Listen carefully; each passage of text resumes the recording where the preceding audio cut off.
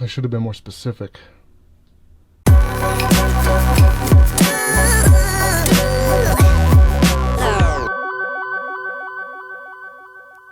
What's good, YouTube? It is your boy Thesis, aka Thesis himself, from Vaping with Thesis ass. Right, God bless it. Now look, okay, some other trucks. Now today we're gonna do something a little bit different. This is not a review of the pod system that I'm about to show you. This is actually a highly requested video where you can actually refill a pod system that's meant to be non-refillable, aka a closed pod system. Now with that being said, do not forget to hit me up on Snapchat, Instagram, Twitter, and of course, patreon.com/ThesisHimself. With that being said, let's go ahead and check out today's hack, how to refill a closed pod system. Okay, mother truckers. Now real quick, welcome to today's vape hack. I mean, this is not necessarily a review of this device. I will have a review out for this bad boy relatively shortly. Let's go ahead and choose one of these. I'm actually gonna go ahead and choose the menthol here. Just be warned that doing this is not necessarily recommended from the manufacturer. Also, if you do this incorrectly, it may screw up the actual reservoir itself. With that being said, we're gonna go ahead and grab a knife. I'll be using the CRKT, the M16. Go ahead and take that, and you wanna make sure you wedge your blade in between the base of the actual coil right here and then the base of the reservoir itself.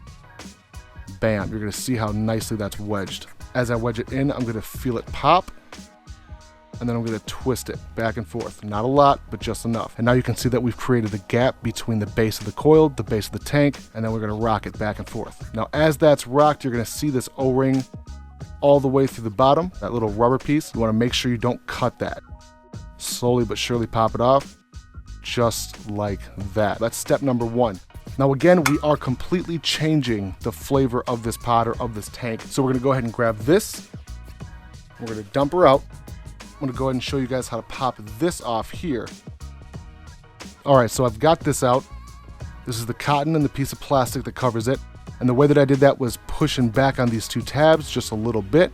And then as I bring this rubber piece up, it kind of just snapped out of place. So now that I've got this rubber piece up on top like that, I'm actually not gonna go any further with it. As it's loose, the most important part to get is gonna be this cotton piece and this plastic piece. Do not lose either of those. That'll stay right there. This is a ceramic surround right here, almost like a ceramic wick. This ceramic is actually amazing. I've gotten 0 dry hits and absolutely 0 burnt hits. Let's go ahead and wash this bad boy out quick.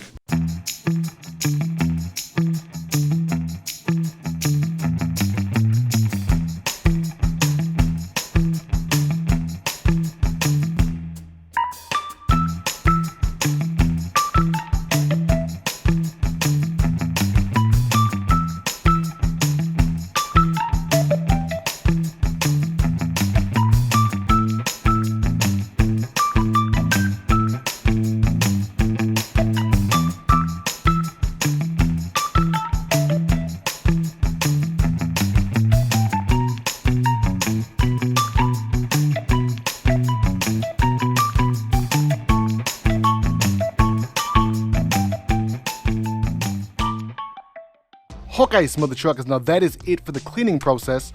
Let's go and empty that back out. So now everything's nice and dry, we're gonna go ahead and grab this.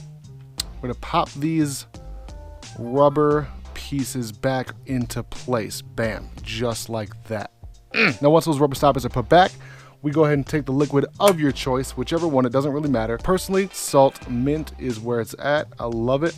Grab it, and I'm just gonna go ahead and just little tiny dabs.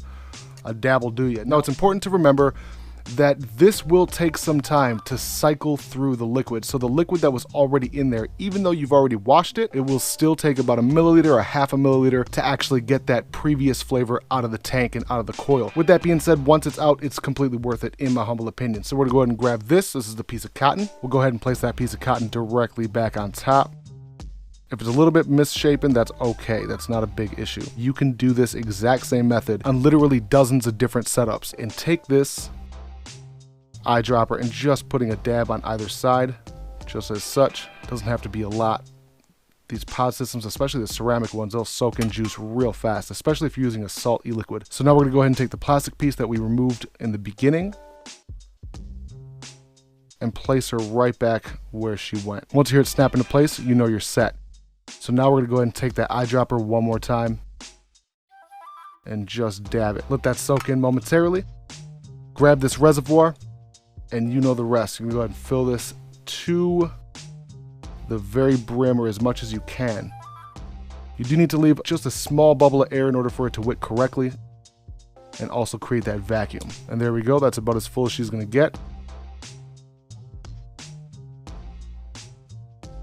Okay, smell the truckers. Now I've let it soak in for a minute or two, and after that I'm going to pop it in the mod. Let's go ahead and give it a shot.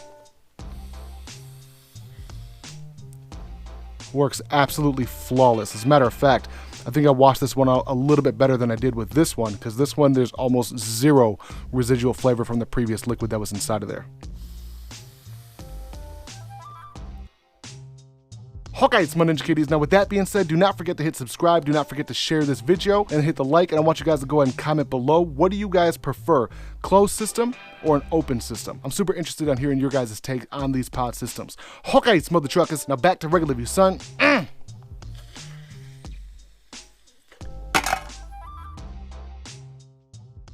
Welcome back to Regular View, son.